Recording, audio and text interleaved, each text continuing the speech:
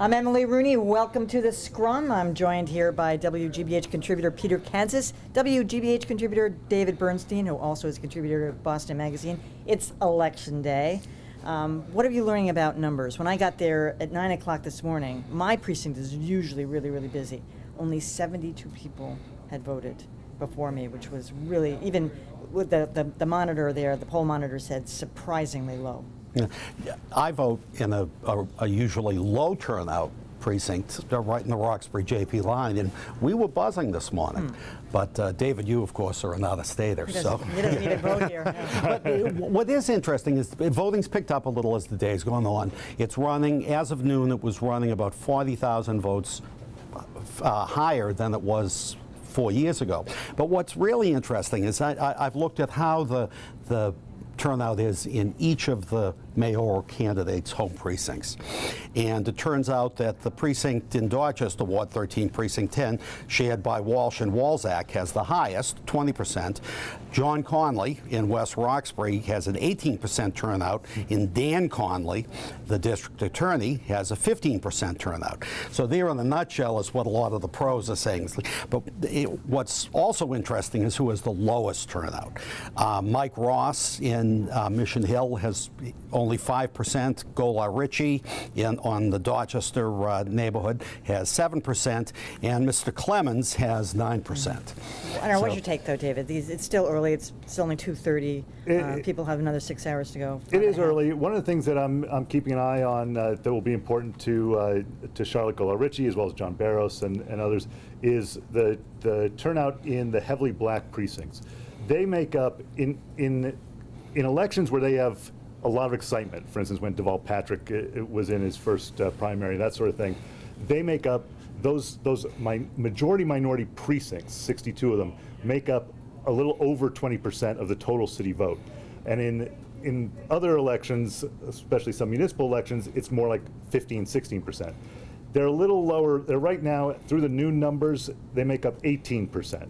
So, you know, there's some conventional wisdom that says those minority precincts come out heavily after work.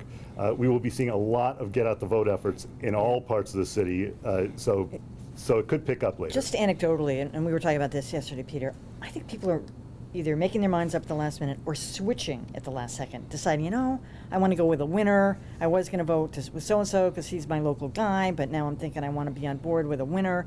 And I got a phone call from an ex-boyfriend last night and said, who should I vote for? I thought, my God, this is a guy who pays attention, which I think is really interesting, that people, they can narrow it down to 3. But they have the hard time making that next step. Yeah, no, I'll tell you, I've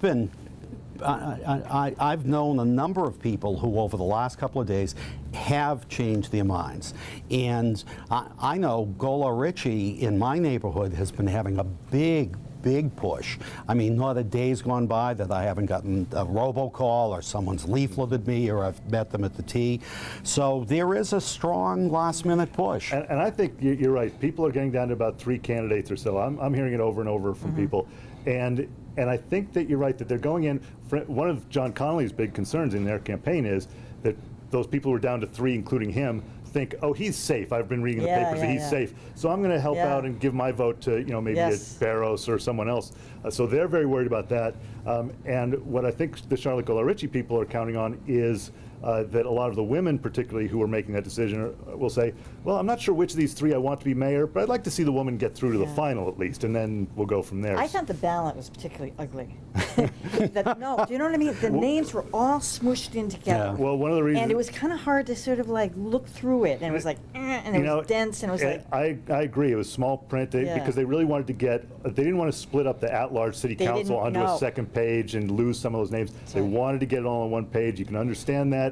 But yeah, it makes it for a little tough to negotiate a long list of names. You know, a potential crazy thing, but I wonder how many people think that because the Globe and the Herald endorsed 2 candidates for mayor, of course. that I've talked to a number of pretty sophisticated people who thought they got 2 votes for mayor. There's nothing stopping you from circling 2. Well, then it's invalid. Then the whole thing is invalid. Yeah, then the whole ballot. Yeah, I think that I wanted to vote for 2. I think that there are a lot of... There we go. That's the end of this. There's a lot of good choices. Oh, that's the end, right? Good night. Well, we got to do a wrap-up. Oh. David Bernstein, Thank you. Peter Kadzis. Thank you. I'm Emily Rooney for the Scrum. That's the wrap-up.